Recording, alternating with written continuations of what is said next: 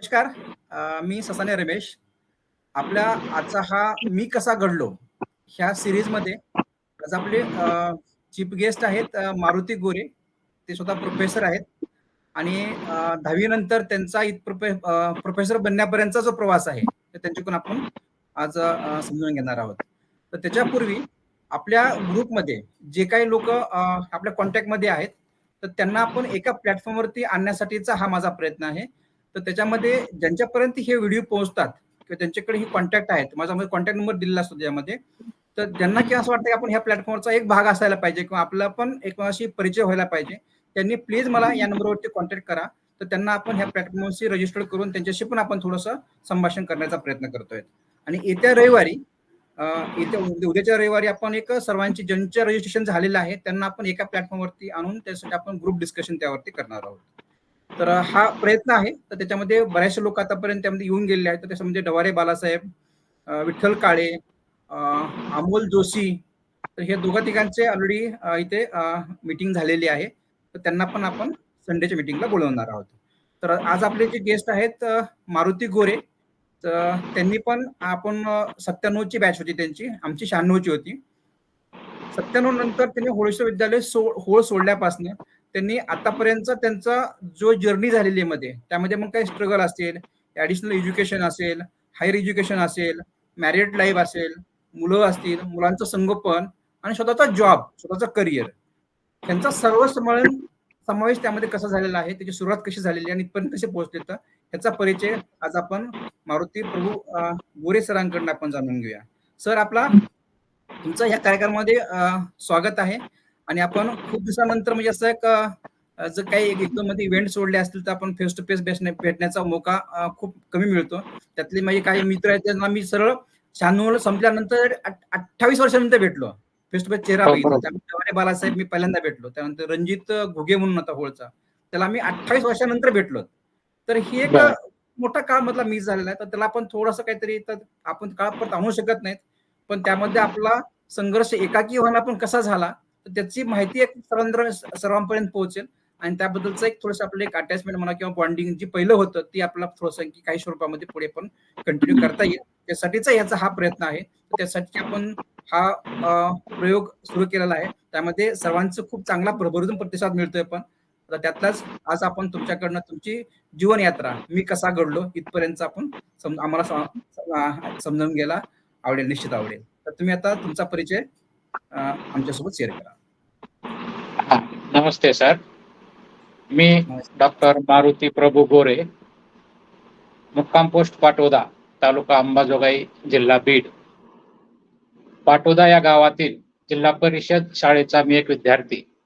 7वी पर्यंत तेथे शिक्षण घेतल्यानंतर 8वी ते 10वी हे माध्यमिक शिक्षण घेण्यासाठी मी होळेश्वर विद्यालय होळ इथे होतो.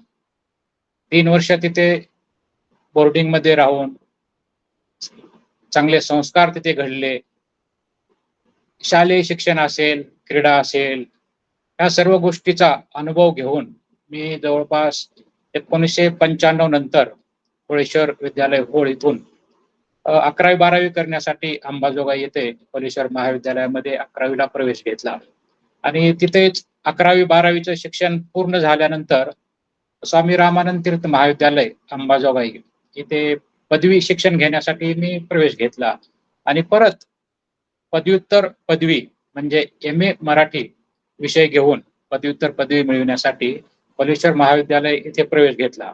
आणि जवळपास 2004ला मी MAचं शिक्षण तिथे पूर्ण केलं. आणि त्यानंतर BEd पदवी असेल, MAd सारखी पदव्युत्तर पदवी असेल, म्हणजे अध्यापनासाठी जो अनुभव आणि शिक्षण आवश्यक आहे ते पूर्ण करण्यासाठी मी धाराशिव येथे BEd आणि MAd चं जे प्रशिक्षण आहे ते प्रशिक्षण घेतलेलं आहे.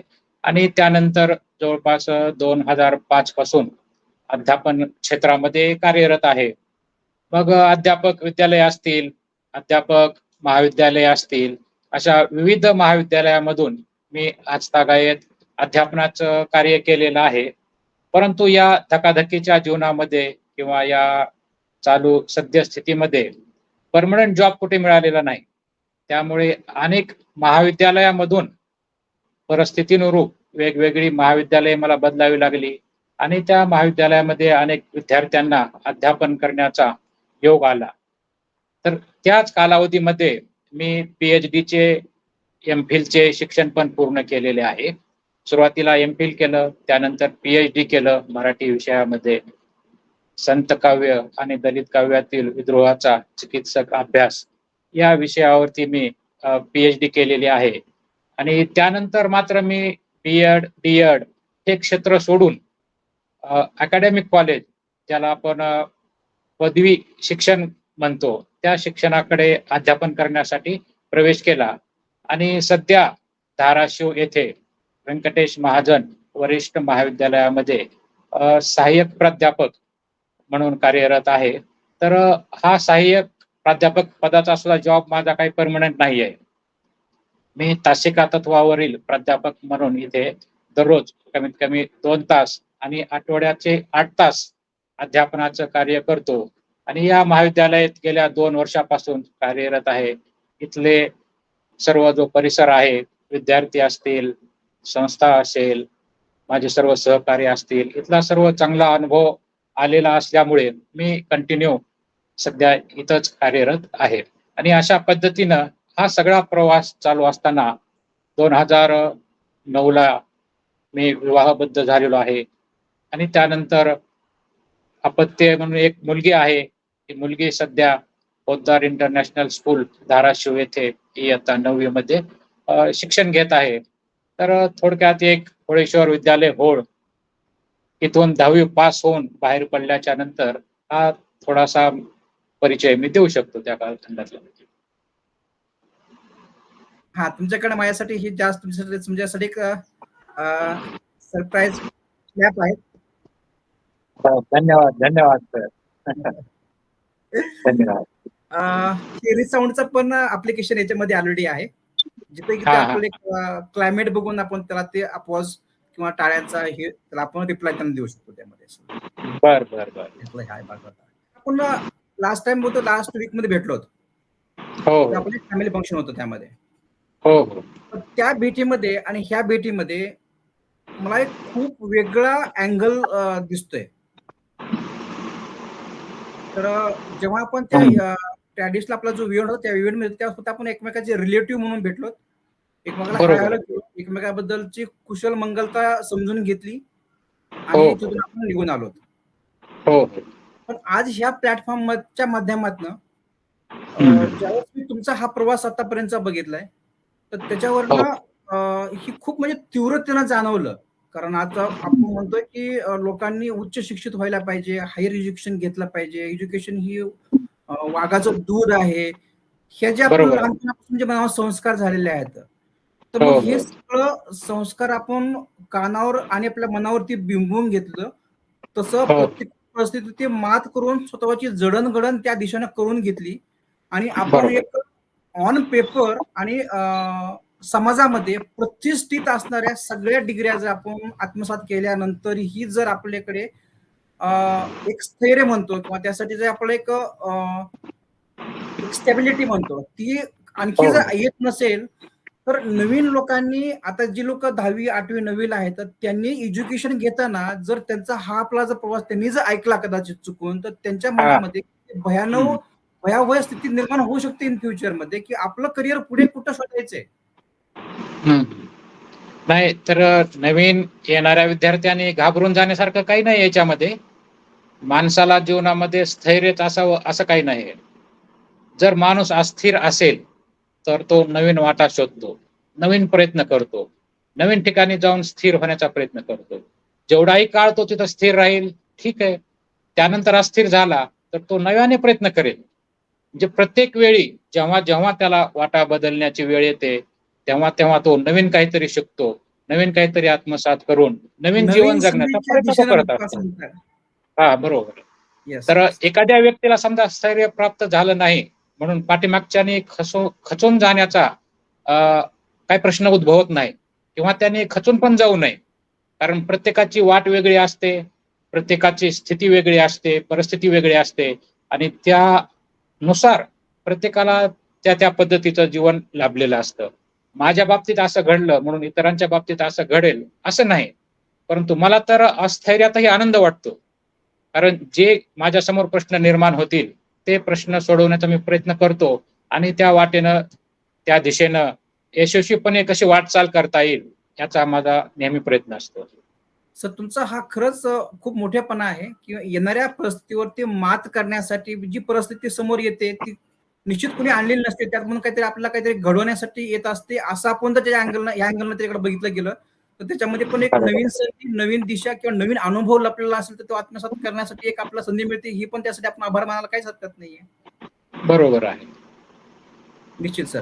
तर आता आपण ह्याच्यामध्ये सोबत आपण दुसरा एक मला पॉईंट असं वाटला त्यामध्ये की ज्याच्याकडे समजा की काहीतरी करण्याची इच्छाशक्ती आहे किंवा करण्याची धडपड आहे, तर त्यासाठी कुठलीही दुर्बल परिस्थिती त्याच्यावरती हवी होऊ शकत नाही.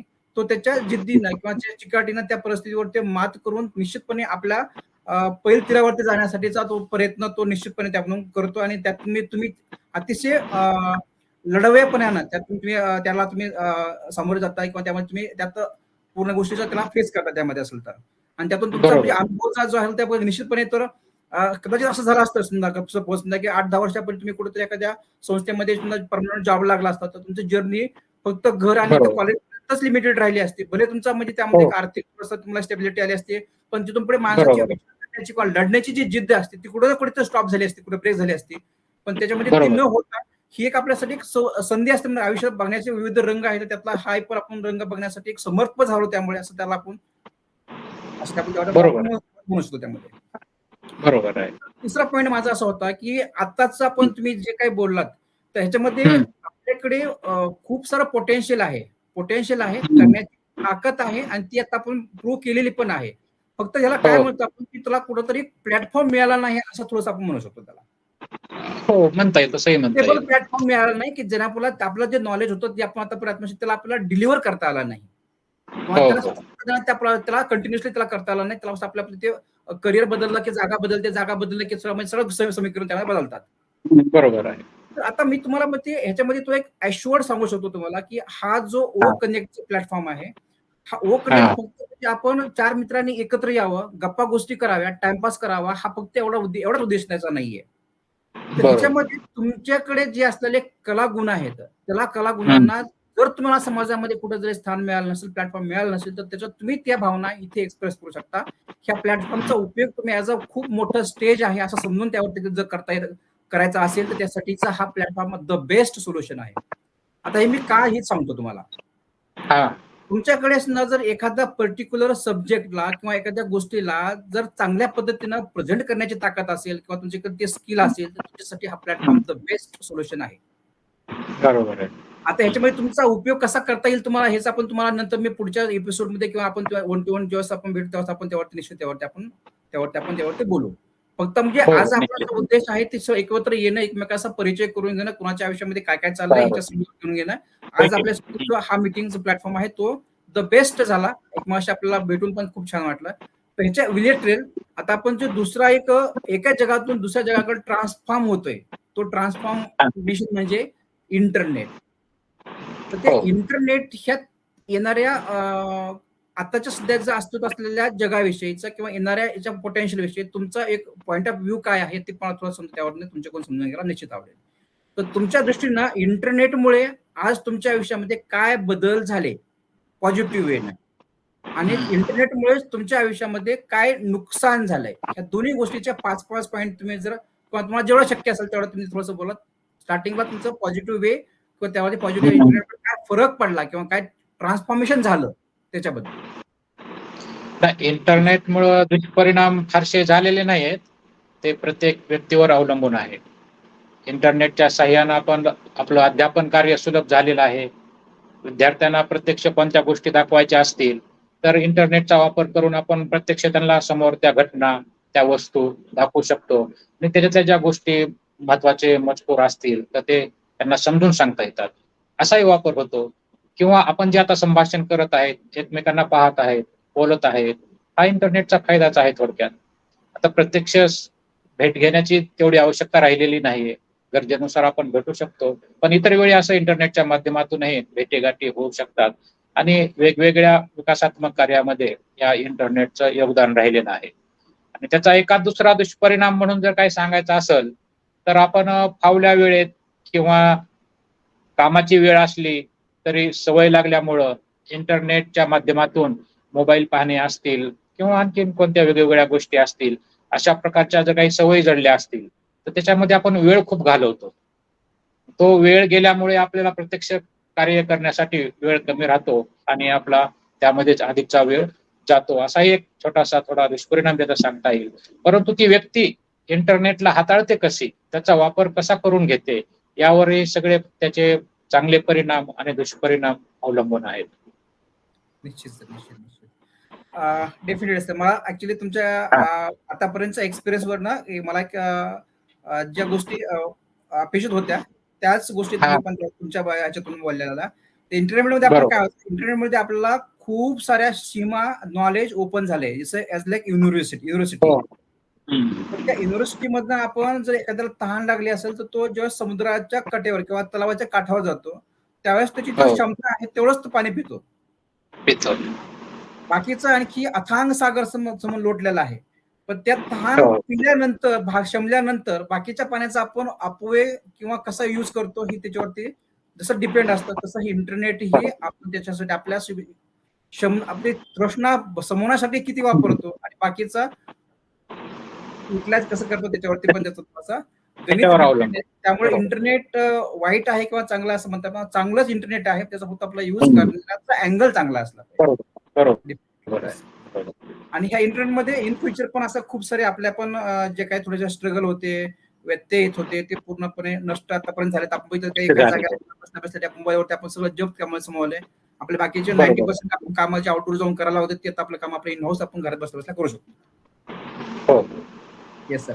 आणि ह्याच टेक्नॉलॉजीचा उपयोग आपल्याला येणाऱ्या काळामध्ये आपण कसा पॉझिटिव्ह वेनं करू शकतो किंवा याचं मॅक्झिमम युटिलायझेशन आपलं जे वेस्टेज चाललेलं आहे त्याला आपण याचं एनर्जीमध्ये कसं कन्व्हर्ट करू शकतो ह्यासाठी पण आपल्या ह्या प्लॅटफॉर्मचा उपयोग निश्चित होणार आहे आणि तो आपण पुढच्या डिस्कशनमध्ये निश्चित त्यावरती आपण.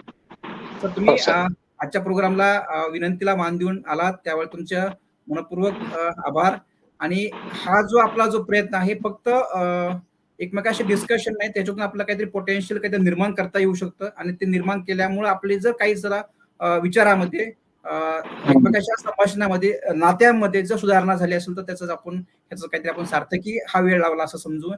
आणि आपण निश्चितपणे संडेच्या ज्यावेळेस आपण गेट टुगेदर बऱ्याच लोक त्यावेळेस येणार आहे त्यावेळेस आपण त्यांचे पण पॉईंट ऑफ व्ह्यू, त्यांच्या पण जीवनाकडे बघण्याचा दृष्टिकोन, त्यांनी आलेले स्ट्रगल त्यातून आपण त्यावरती परत डिस्कस त्यावरती करणार आहोत. तर आम्ही निश्चितपणे तुम्हाला त्याची एक इन्व्हिटेशन लिंक सेंड करतो. संडेला तुम्ही त्या प्रोग्रामला आवर्जून उपलब्ध राहा, ज्यामुळे आपल्या कार्यक्रमाची शोभा नक्कीच वाढेल आणि आपल्या विचारांची देवाणघेवाण एक चांगल्या सकारात्मक पद्धतीने एकमेकांसोबत आपल्याला मांडू शकू. एवढे आजच्या प्रोग्रामची एक ह्या गोष्टींना आपण आजच्या प्रोग्रामची सांगता करूया. निश्चित भेटूया आपण नेक्स्ट संडे. ओके. हो सर, धन्यवाद सर. धन्यवाद सर.